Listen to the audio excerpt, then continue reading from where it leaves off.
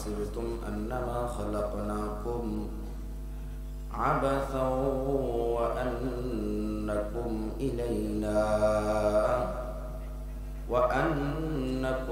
إلينا لا ترجعون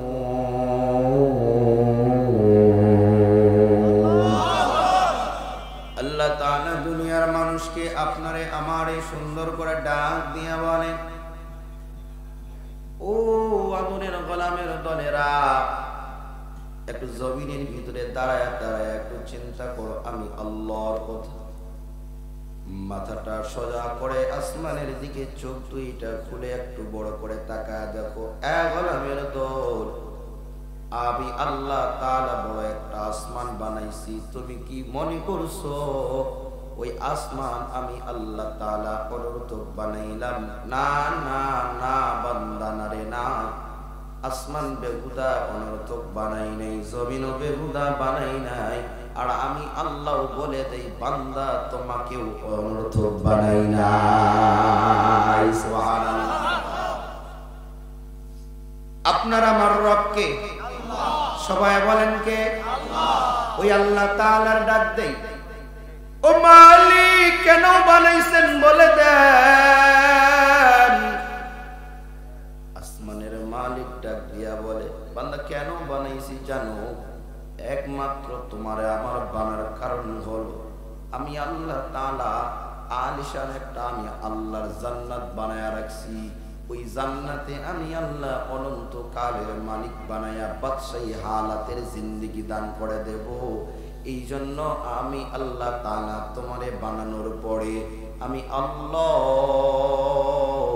ওই জান্নাতের সার্টিফিকেট আনার জন্য দুনিয়াতে পাঠাইয়া দিয়া ডাক দিয়া বললাম, এ আদরের গোলামের দল, ওই দুনিয়ায় গিয়া আমি আল্লাহর সার্টিফিকেট, জান্নাতের সার্টিফিকেট দলিল নামা যদি আনতে চাও, তাহলে দুনিয়ায় গিয়া মনে করবা অনর্থক আমার আল্লাহ পাঠাই নাই, বেহুদা বেহুদা পাঠাই নাই। কেন আমার আল্লাহ পাঠাইলেন? আল্লাহ তাআলা বলে, গোলাম এই জমিনে পাঠানোর কারণ হলো জমিনে গিয়া ওই পরিশুদ্ধ মাটি যেমন করে মানুষগুলো একত্রিত হইয়া উলামায়ে কেরামের জবানে কথা শ্রবণ করার পরে এশার আযানের পরে এই জমিনে যেমন কাতার বন্দী হইয়া ইমামের পিছনে ইক্তেতার সাথে নামাজ আদায় করেছো, আমি আল্লাহ তাআলা বলে দেয় ওই ইবাদত করার জন্য তোমায় দুনিয়ায় পাঠাইলাম, বেহুদা পাঠাই নাই। আপনি আমি গ্রামে বসবাস করি, ও বড়শশী এলাকার মুসলমান, যার কানে আওয়াজটা যায় আমি মাঝে মাঝে এই কথাগুলো বলতে গিয়ে উদাহরণ দিয়া থাকি।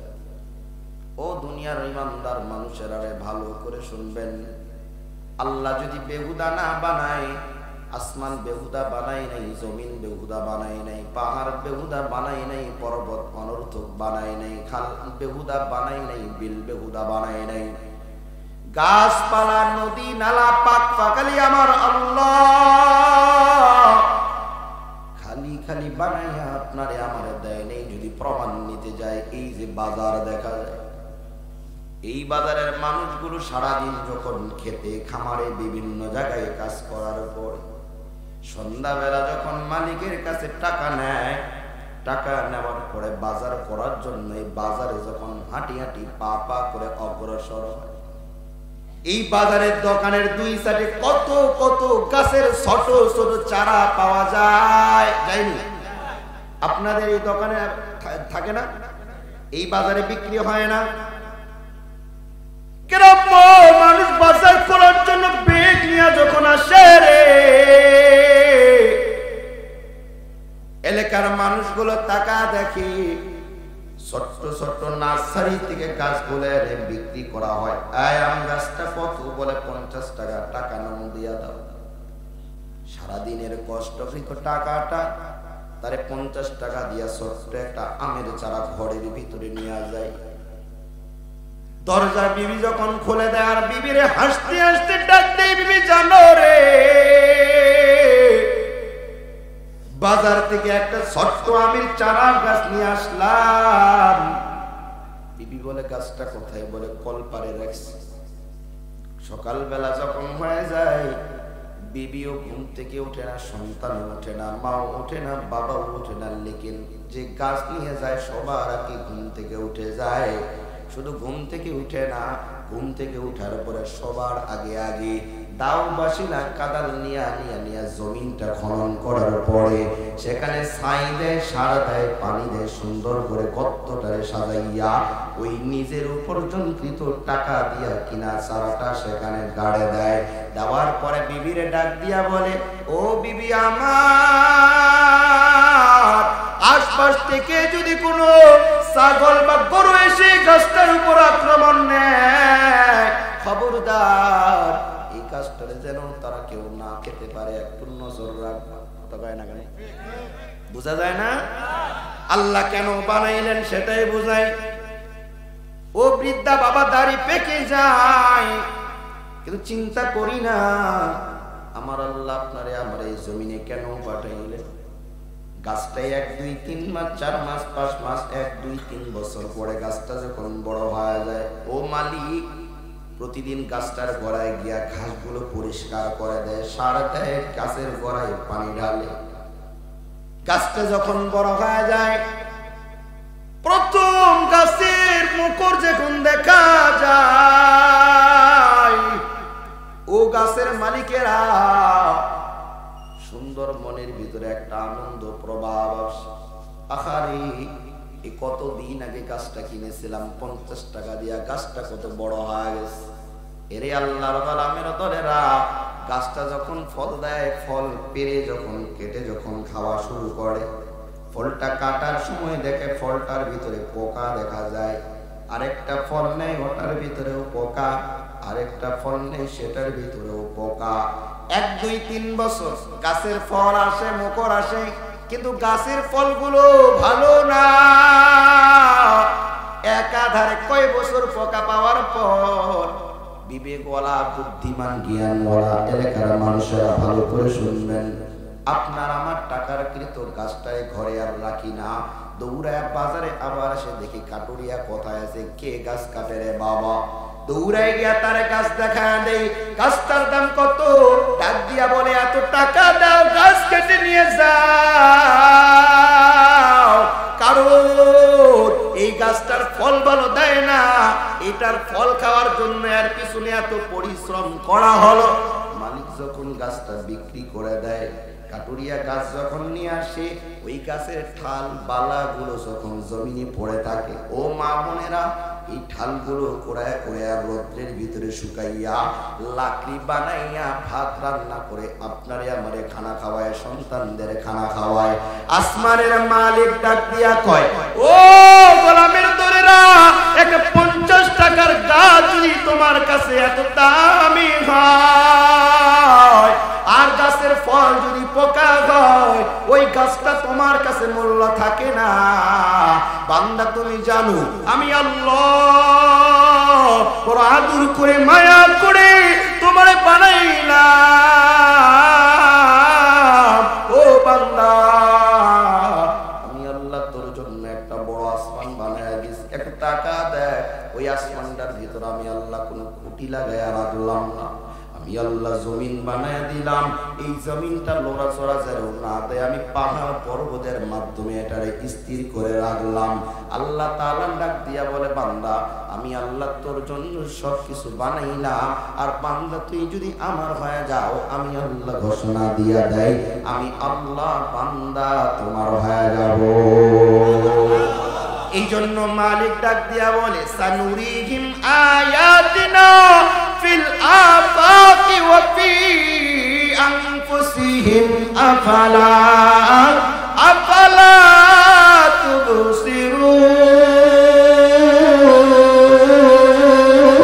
তুবসিরুন। আল্লাহ আল্লাহ क्या मुबारक नाम है, अल्लाह अल्लाह आशिकों का काम है, या इलाही तो मेरा माबूद है, या इलाही तो मेरा সুকহায়। আল্লাহ তাআলা ডাক দিয়া বলে, বান্দারে আমি আল্লাহর পরিচয় পাওয়ার জন্য ঘর থেকে বের হইয়া অন্যত্র দূরের কোন জায়গায় যাওয়া লাগবে না। কোথায় আমি আল্লাহর পরিচয় পাবা? আল্লাহ তাআলা ডাক দিয়া বলে, ও গোলামের দল, ওয়া ইন তাউদ্দু নি'মাতাল্লাহি লা তুহসুহা। আমি আল্লাহর নিয়ামত দেখো আর গণনা করো রে, লা তুহসুহা। আমি আল্লাহর নিয়ামত গণনা করে করে করে করে বান্দা শেষ করতে পারবা না। একটু তাকায় দেখ আমার মাওলার কেমন নিয়ামত আল্লাহ তাআলা দান করলেন। আল্লাহ তাআলা বলে, বান্দা আমি আল্লাহ যে নিয়ামত দিলাম এই নিয়ামত তোমারে কেউ দিতে পারবে না। আল্লাহ তাআলা বলে, নিজের হাতে তাকায় দেখো গোলামের দল, আমি আল্লাহ 5টা আঙ্গুলি দান করলাম। এই 5 আঙ্গুলির ভিতরে যদি যে কোনো একটা আঙ্গুলি না থাকে রে বাবা, ওই বান্দাটা লুকমা বানায়া পরিপূর্ণ মুখে খানা দিতে পারবে না। শুধু তাই না, আল্লাহ তাআলা বলে, বান্দা হাতের দিক তাকা দেখ, যখন হাতটা ভাষা করো তখন আমি আল্লাহ এই জায়গার গুলোর ভিতরে লাইন দিয়া দিলাম। এই লাইনগুলো যদি আমি আল্লাহ একটু ব্যতিক্রম করে দেয়, পরিপূর্ণ ভাবে হাত মুঠি করতে পারবা না। ও গোলামের দল, শুধু তাই না, আমি আল্লাহর পরিচয় যদি দেখতে চাও, নিতে চাও, তাহলে তাকা দেখো, যখন বান্দা খানা খায় ভিতরে ক্ষুধা নিবারণের জন্য খানা যায়, পেটের ভিতরে একটা আল্লাহ তাআলা খাদ্যনলী দান করলেন। এই খাদ্যনলীর ভিতরে খানা যখন প্রবেশ করানো হয়, একটা টিউব আল্লাহ তাআলা খাদ্যনলীতে দিলেন। বান্দা যখন খানা খায়, খানাটা ভিতরে যায়, আমার মালিকের খেলা হলো, বান্দা খানা খাবি ভিতরে যাবে, এরপরে লাফালাফি উল্টা উল্টি করলেও ওই খাবার মুখ দিয়ে কখনো বের হবে না। আল্লাহু আকবার বলে, চিৎকার করে বলেন আল্লাহু আকবার। এই নিয়ামত কার? বলেন না কেন, নিয়ামত কার? আহা, এই মালিকরে আমরা চিনি না, বড় ছোট এলাকার মানুষ। যদি চিনতাম তাহলে আমার মনে বলে প্রতিদিন কমপক্ষে হলেও 100টা বার আমার আল্লাহরে আল্লাহ বলে স্মরণ করব। কথা কয় না, ঠিক কিনা বলেন না? সকালবেলা ঘুম থেকে উঠলে বিভিন্ন কথা মাথায় বাড়ি যায়, কিন্তু এই কথা একবারও মনে হয় না যিনি রাত্রেবেলা ঘুম পাড়ায় রাখছে, আদর করে ঘুমায় রাখছে, রাত্রি দান করেছে, আরামের ঘুমের মাধ্যমে সারাদিনের পরিশ্রমের কষ্টের ক্লান্তিকে আল্লাহ দূর করে দিছে, যে আল্লাহ আমাকে সকালে ঘুম থেকে জাগ্রত করেছে। আলহামদুলিল্লাহ, আমার আল্লাহর নামে শুকর গুজার করে আমার আল্লাহরে ডাক দিলাম, আল্লাহ আল্লাহ আল্লাহ আল্লাহ আল্লাহ আল্লাহ আল্লাহ আল্লাহ আল্লাহ আল্লাহ আল্লাহ। চিৎকার করে বলেন আল্লাহু আকবার। এই এলাকার মুসলমান কেউ যদি আল্লাহরে আল্লাহ বলে ডাক দেয়, আল্লাহ তাআলা বলে, বান্দা আমি আল্লাহ তোমারে যে নিয়ামত দান করলাম, ওই নিয়ামতের হিসাব আমি আল্লাহ তাআলা নিব না। তাও যদি না বুঝি আরেকটু বুঝাই দেখেন, এই পরিষদে মনে করে হাজার হাজার মানুষ এখানে আসে, কথা বল না কেন? আসে কি আসে না? আজ পর্যন্ত আপনারা সাক্ষী দেন, ইউনিয়নের মানুষ, চেয়ারম্যান মহোদয়কে একটু বলবেন, এই এলাকার হাজার হাজার মানুষ এখানে প্রতিদিন আসে, আপনি বলেন তো আজ পর্যন্ত কোন মানুষের চেহারার সাথে কোন মানুষের চেহারা মিল পাইছেন চেয়ারম্যান সাহেব? কসম করে বলি, চেয়ারম্যান সাহেব একভাবে বুকে হাত দিয়ে বলবে না, একজনের চেহারার সাথে আরেক ব্যক্তির চেহারা কখনো মিল দেখি নাই। বলেন না আল্লাহু আকবার। তো আরেকজনের লেখার সাথে আরেকজনের লেখা মিল হতে পারে না। একজনের আঙ্গুলের ভরি আঙ্গুলের টিপ আরেকজন বান্দার টিপ এক হতে পারে? জোরে বলেন না কেন? আহা, হতে পারে না কেন? একমাত্র যিনি সৃষ্টি করছেন তিনি কে? আল্লাহু আহাদ আল্লাহুস সামাদ লাম ইয়ালিদ ওয়া লাম ইউলাদ ওয়া লাম ইয়াকুল লাহু কুফুয়ান আহাদ আল্লাহু আকবার। আচ্ছা মানুষ বলো দেখি রাত্র কেন কালো, সূর্য বলো কথা হতে পাইল এত আলো, আরে ফুলগুলো নানা রকম কেমন করে হয়, পাতাগুলো সবুজ বটে ফুলের মতো নয়, ঠিক কিনা? দুধ কেন এত সাদা, মরিচ কেন ঝাল, আমগুলো পাকলে বলো কেমনে হয় তালাল, কথা বলেন না কেন? আবার পশু পাখি কয় না কথা, মানুষ কেন কয়, বলো বলো ওহে মানুষ এসব কেমন করে হয়, আবি সবই এসব মহান প্রভুর দান, নত শির সেজদা কর ওহে মুসলমান। আমরা সবাই বাস করি এই পৃথিবীর ভঙ্গে, হাতের লেখা মুখের চেহারা মিলে না কারোর সঙ্গে, আর মিলে না কলমের সই ঘড়ি আঙুলের টিপ, প্রমাণ হলো মহান আল্লাহ একজন আছেন, ঠিক চিৎকার করে বলেন ঠিক কিনা?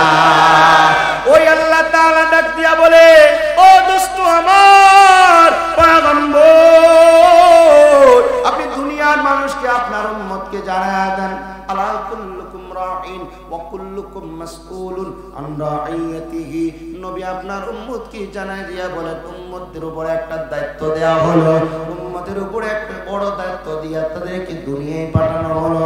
যারা যে অবস্থানে, যেই জমিনে, যে হালাতে, যে কর্মে, যে চাকরিতে থাকুক না কেন, যে ক্ষেত খামারের মালিক হোক, যে বাদশাহী মালিক হোক না কেন, আল্লাহ তাআলা তাদের ব্যাপারে বলে দেয়, ও দুনিয়ার সর্বস্তরের মানুষের দরেরা, ও কাতারে কাতারে বিভক্ত ওয়ালার মানুষেরা, ও মুসলমান নামদারি মুসলমানেরা, ও মুসলমান যাদের নামের শুরুতে মুহাম্মদ বলো, যুবক হও, বৃদ্ধা হও, জওয়ান হও, পর্দার অঞ্চলের মা বোন হও, আল্লাহর নবী ডাক দিয়ে বলে দেয়, আল্লাহ তাআলা সবার উপরে দায়িত্ব দিয়া দিল।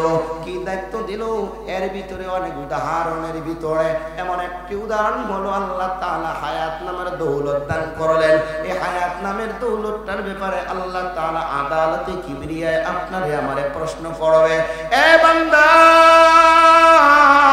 আমি আল্লাহ, তুমি চাও নাই, তবে আমি আল্লাহ তোমার হায়াত 50 দিয়া দিলাম, 60 দিয়া দিলাম, 70 দিয়া দিলাম, কোনদিন আমারে বলো নাই আল্লাহ আমার হায়াত 100 বাড়ায়া দাও। ও বান্দা তুমি চাও নাই, তবে তুমি না চাওয়ার আগে আমি আল্লাহ দিয়া দিলাম।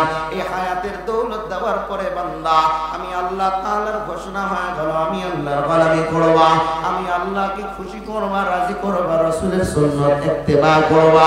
এর নবীর উম্মতের দল, ওই নবীর আদর্শ যার জীবনের ভিতরে থাকবে, রব্বে কারীম ডাক দিয়া বলে দেয়, ও নবীর উম্মতের দলেরা, আমার আল্লাহ তাআলা ওই বান্দার উপরে খুশি হয়ে যাবে। নবীর আদর্শ কত সুন্দর, ওই নবীর আদর্শের মাধ্যমে আমার আল্লাহর পরিচয় পাওয়া যায়। আমার নবী ডাক দিয়ে বলে, আলা কুল্লুকুম রাঈন ওয়া কুল্লুকুম মাসউলুন আন রাঈয়াতিহি। উম্মতেরা, তোমাদেরকে প্রশ্ন করা হবে, আপন আপন দায়িত্ব নিয়ে আল্লাহর আদালতে কিবরিয়ে দাঁড় হয়ে যাবে। এলাকার মুসলমান যুবক জওয়ান বৃদ্ধা যারা শুনেন রে বাবা, আপনার আমার ভিতরে যে দায়িত্ব আছে, দায়িত্ব সম্পর্কে আমার মাওলা ডাক দিবে। নবী ডাক দিয়া বলে, সাহাবীদেরকে বুঝায়া দেয়, আল্লাহর নবী পয়গম্বর অসুস্থতা, শরীরে বদল নিয়ে দাঁড়াইতে পারে না। হঠাৎ করে পয়গম্বর আলাইহিস সালাতু ওয়াস সালামের চাচাতো ভাই ফজল রে আল্লাহর নবী ডাক দিয়া বলে, রে ফজল আয় আয়, তাড়াতাড়ি করে আমার সামনে হাজির হয়ে যা।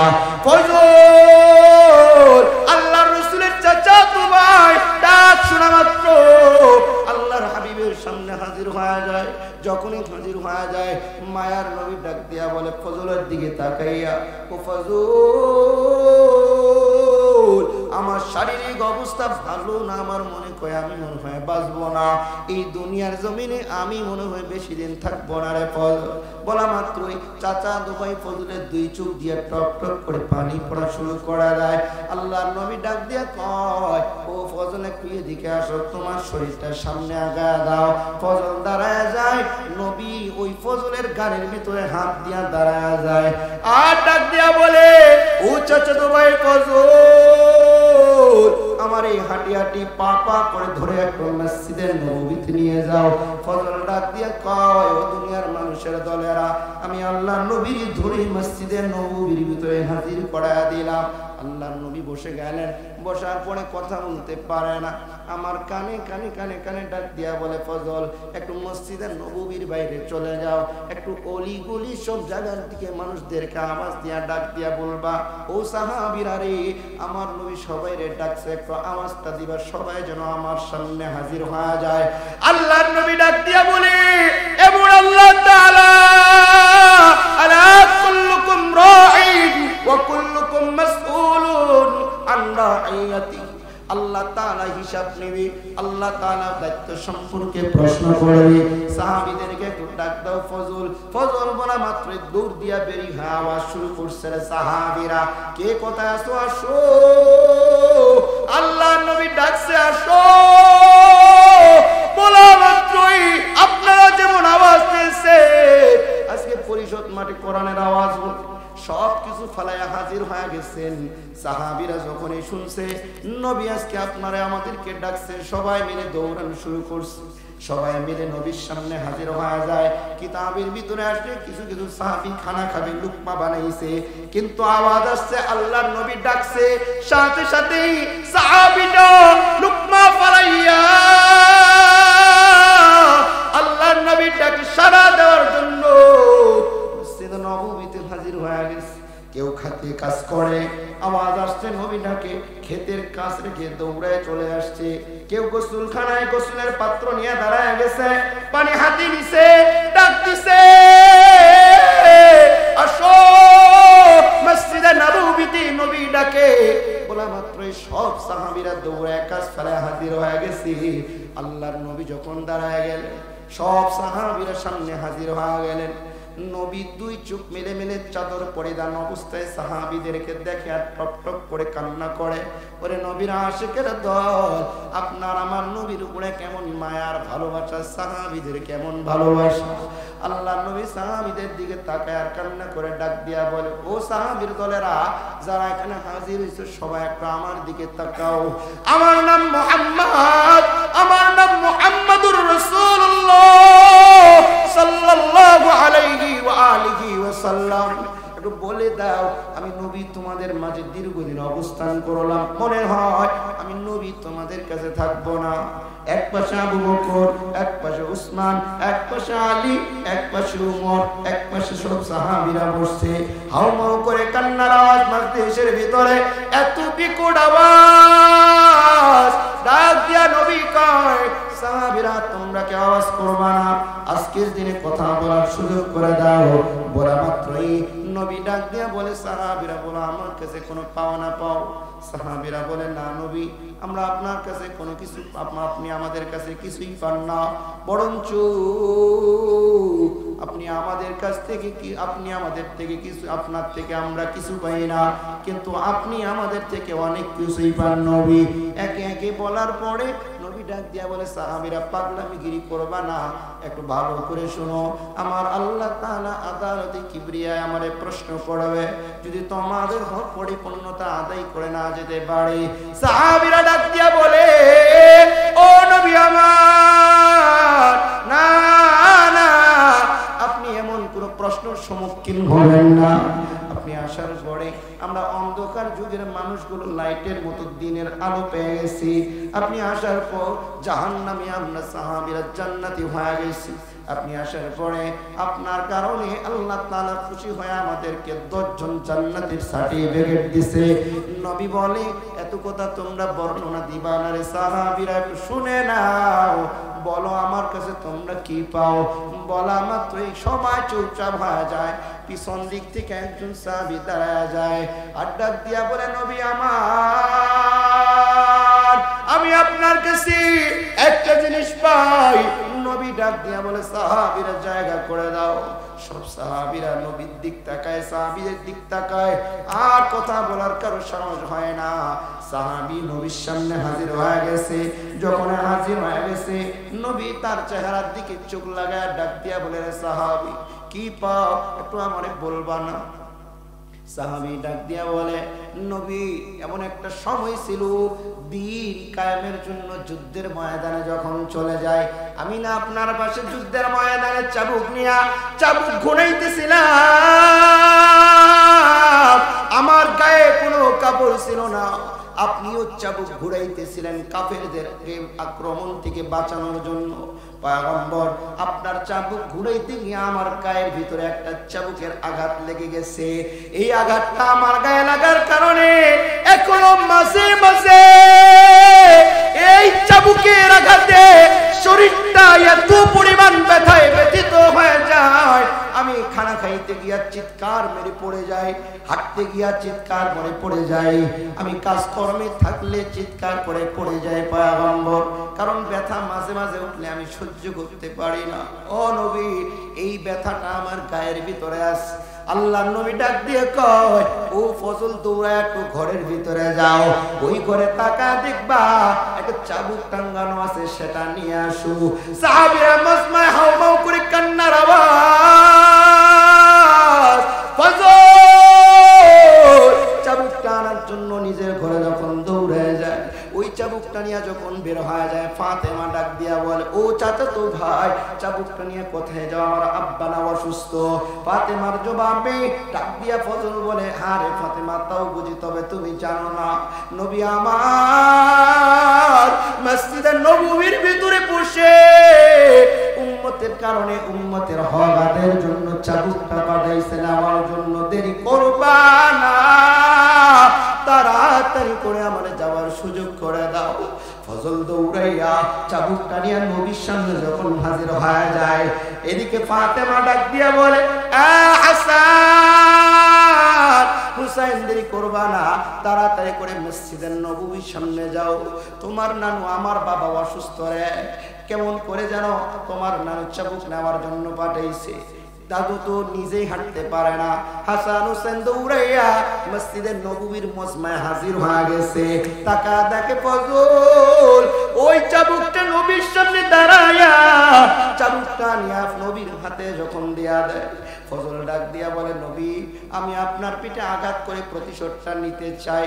ও নবীর উম্মতের দল, ওই জায়গায় সাহাবীদের কান্নার রোল হওয়ার পরে হযরত ওমর উপরে লাফ দিয়া উঠছে আর ডাক দিছে, ফজল